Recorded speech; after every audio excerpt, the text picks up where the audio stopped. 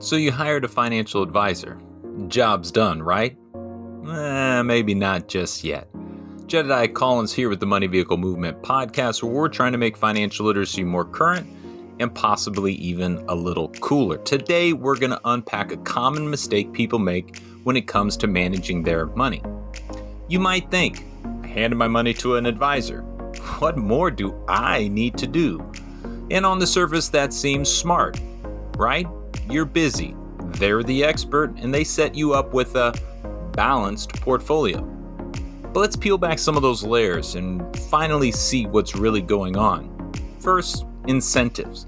As I work with professional athletes, my question to them and their A-team, advisor, agent, accountant, whomever, is what is in it for them? Advisors are paid based on how much money you give them to manage, not how much wealth you actually build. It's what money you have handed them for their deployment. Whether your investments go up or down, they're going to still collect on their 1% fee. So where's the risk? For them, not much. For you, well, obviously it's your financial future. They have a guarantee, and regardless of your results, they're going to get paid. Next, what about product selection? It's often designed to scale to hundreds, even thousands of clients.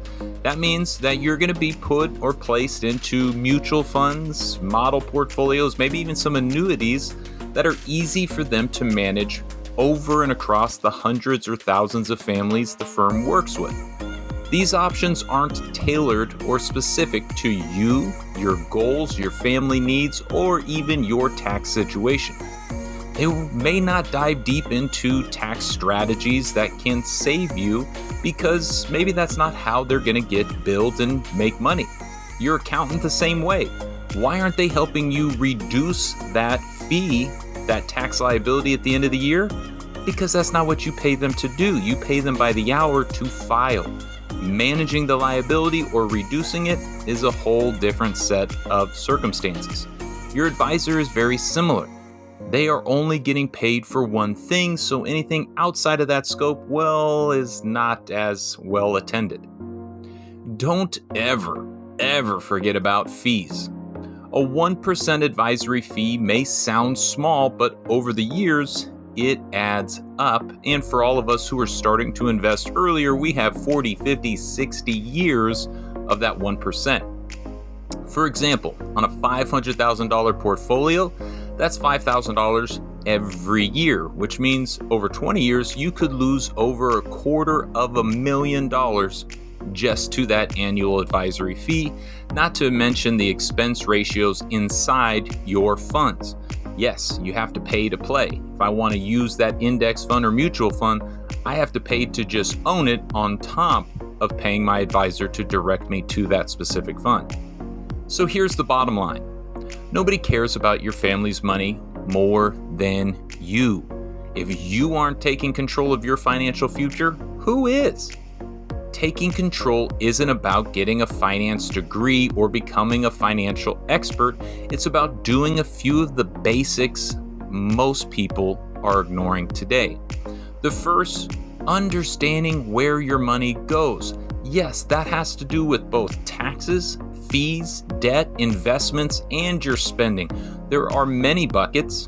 I would argue 5 money buckets: your society taxes, your past debts, bills, your present, those daily decisions, investments, future and saving, finally that compassion and give. Where are your money buckets? What percentage is most, and where can you start to make some changes? Stop outsourcing your future to someone whose income depends on keeping your money under their management.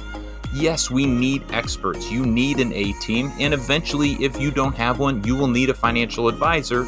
But this is not something where you just send them off, give it to them, and turn a blind eye. You need to understand the language for, most importantly, your ability to ask the right questions. Thirdly, you can learn simple tax strategies, whether that's a W-2 income, what can I do to reduce? Health savings account alert, that's a great one on top of other strategies. And if you're a 1099 or business owner, they are endless. From depreciation to business expenses, QBI, you can find a lot of ways to reduce that tax bill. Number 4 is going to be build assets that pay you every month instead of waiting 30 years for your retirement. So yes, you do need to invest into your 401k, but you also need to start understanding the difference between appreciation and cash flow. You can't live on a real estate property that doesn't produce cash flow because it's not liquid. Many investments we have are not liquid, and so they therefore do not support our lifestyle. Remember, your money is your future. If you don't care, no one does. No one does. Don't let it slip away in hidden fees or misaligned incentives. Take control today by starting to speak the language of money even better. Appreciate you listening to the Money Vehicle Movement podcast. Until the next stop, speak money and act wealthy.